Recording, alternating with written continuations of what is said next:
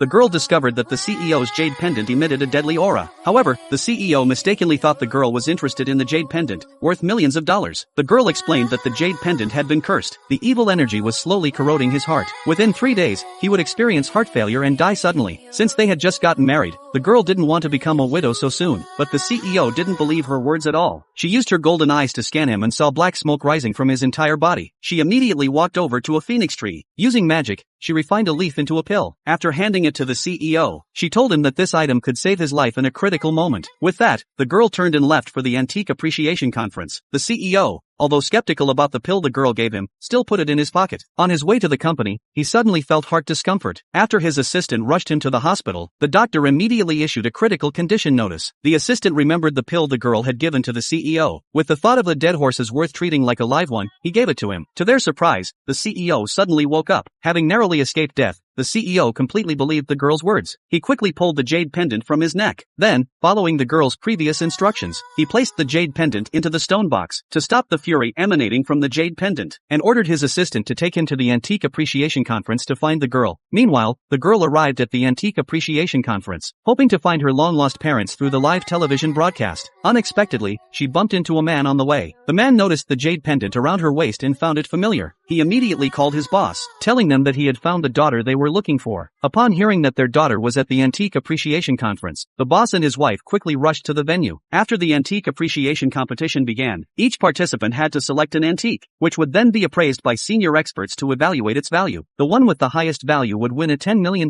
prize, and become the exclusive appraiser for the company. However, the girl only cared whether her parents would see her. On the way to the conference, the wealthy couple saw two girls of similar age on the live broadcast. They weren't sure which one was their daughter, so they decided to go to the conference site first. At that moment, the girl and an old classmate chose the same Buddha head. Since the rules of the competition prohibited selecting the same antique, the old classmate had to choose another one. Then the experts began to appraise the antiques. The first 3 antiques were valued at less than $500,000. The expert immediately recognized that the antique chosen by the old classmate was unusual. It was finally appraised at $5 million, the highest value of any antique in the competition. When the expert came to appraise the Buddha head the girl had chosen, he found it too ordinary, estimating its value to be only $200,000, the lowest among all the antiques. Little did they know, this Buddha head was not as simple as it seemed. When the host was about to announce the old classmate's victory, the girl suggested the expert re-evaluate the Buddha head, stating that the expert's valuation was less than 1% of its actual worth. The girl's words immediately angered the expert, as he had decades of appraisal experience, and had rarely been wrong. Now, being questioned by a young girl was a huge blow to his pride. However, out of fairness,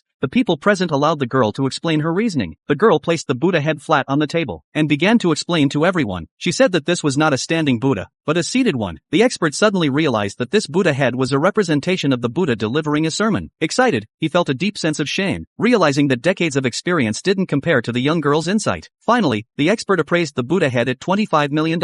As the girl became the winner of the Antique Appreciation Conference, the old classmate refused to accept it. She claimed that the girl had been an orphan since childhood, and after dropping out of high school, she had lived on the mountain. She believed the girl must have cheated. To prove she wasn't lying, the girl picked up the Buddha head, and in front of everyone, smashed it into pieces. This scene immediately shocked everyone.